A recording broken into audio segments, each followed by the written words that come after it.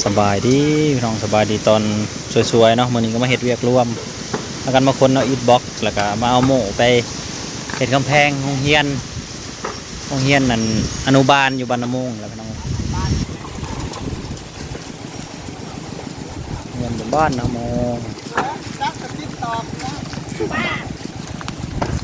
เราบ้านเรานั่นหวนซับแมนแข็งนะเนาะแม่นแล้วข้างนอกเรื่องแข็งแต่มันก็แพ้แขวแต่ทั้งนอกก็แล้วตัดต้นตาลทั้งในเขามันก็ไข่แน่อยู่เอาว่าตัดก็ตัดใจโอมหนักเลยบ้านเราหวนซับตัวเล็กแบบสองต้นทุกการจริง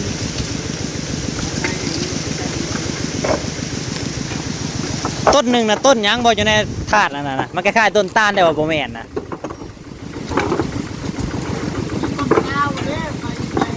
ต้นเต้าบ่น่ะข้างๆต้น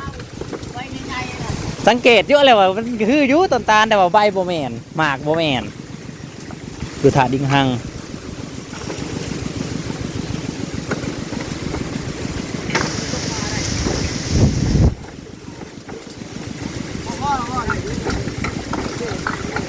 นัดคนนัดอีก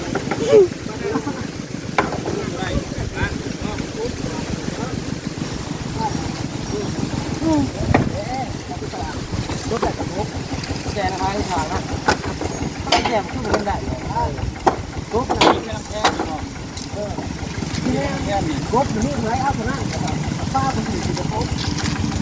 มันจะนี่มันเหนียวไม่ได้ไปพี่น้องเดินทางมาหอดแล้วพี่น้องเลยเห็ดเวียกร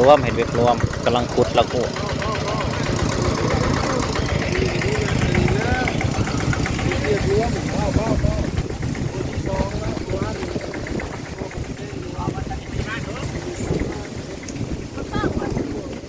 ที่ตั้งก็ได้กับห้าหัวดินคนลงมาเม่นก่อนคูณผม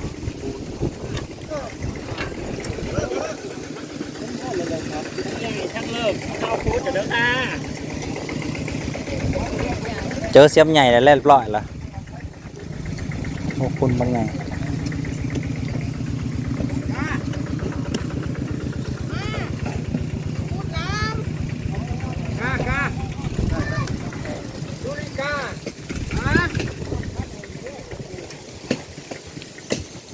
เดี๋ยวก็ยังรอถ้าคนมีมือก่อน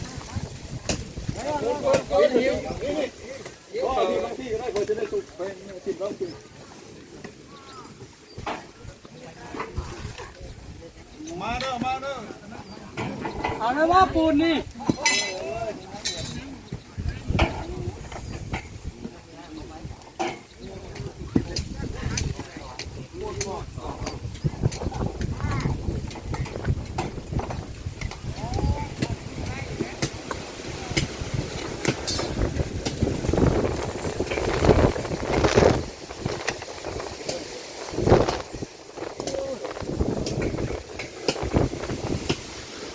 ลมก็แห้ง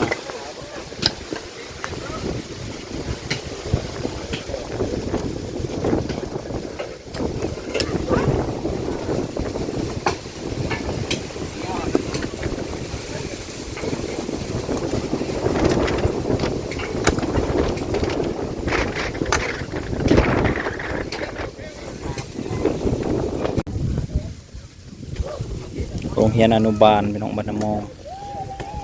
ก่อกำแพงใหม่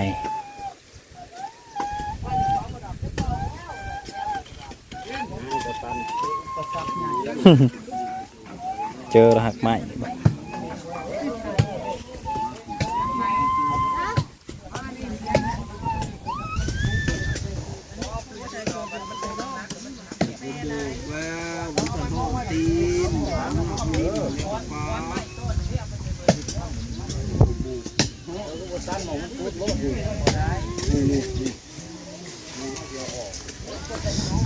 อาจจะตัดเอาก่อนนะโต้นะ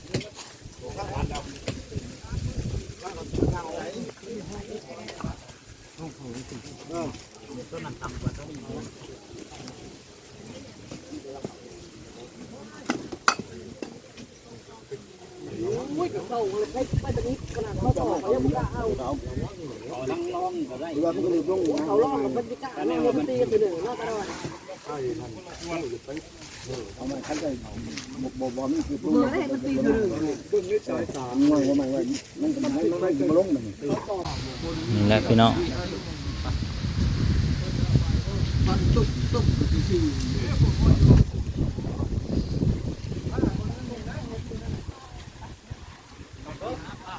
ไปกำลังตอนแรงมาใหม่พี่น้องกำลัง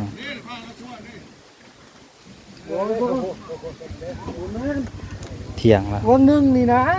พันเราหัวบ่แม่นบ่แม่นว่าจ้ามเล็กจ้ามเล็กของบ้านปั้นได้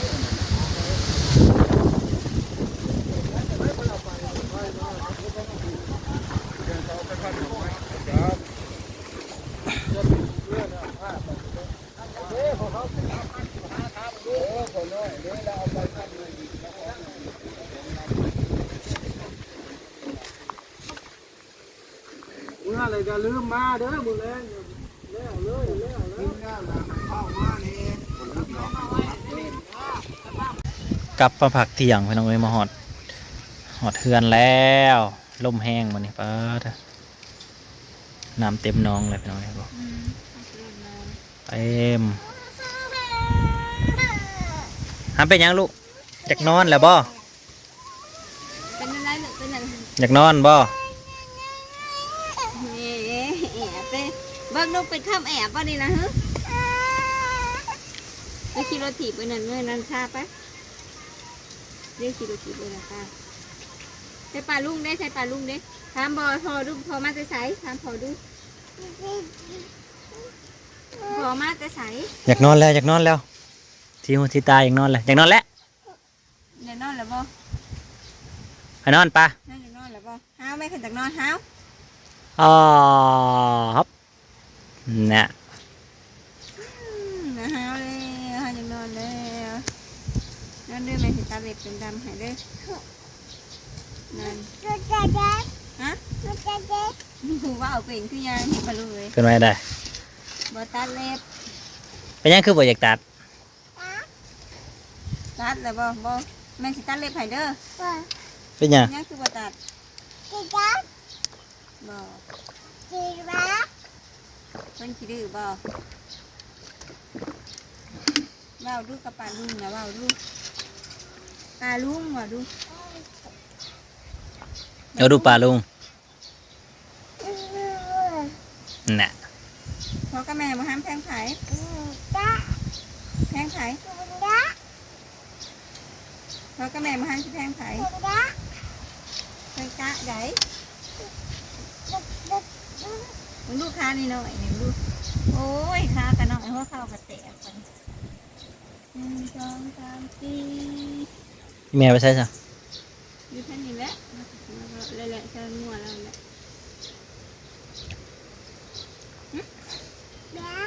น้ำแพงไผ่ น้องเนยน้องนัชชากับมือพักผ่อนเราไปใช้วันนี้พักผ่อนเงินไปเรียนต่ออีก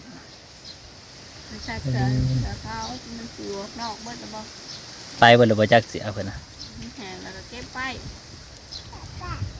เองก็ไปโรงเรียนเอามาทำไปโรงเรียนน ไปอยู่บ่ไปบ่โรงเรียนน่ะ ำน้ำนับ1 ฮอด 10ดูนับ1 ฮอด 10ดู ชิปเลย เด็กหยังถ้าเป็นคือหยังเด็กสิออกหยังน้ำกินข้าวกับหยังบอกปลาลุงดูกินข้าวกับปลากินบ่ปิดบ่าบ่ บ่อยากบ่ กินบ่ กินหยังซะนี่บ่ปิ้งไก่ ฮะกินบอกอีนะบ่คนร้ายอยู่มื้อนี้เดี๋ยว ประมาณ30ปลายคันหอดได้ประมาณ30ตึ๊สอันนี้ ลูกเต้นให้ป้าลูกเบิ่งลูก ถูกก่อนถูกนะได้ถูกเป็นอยู่บ่คนอยากนอนแล้วแหละเบิ่งนะ อยากนอนคนอยากนอนพี่น้องเอ้ย บ่อยากนอนบ่หึ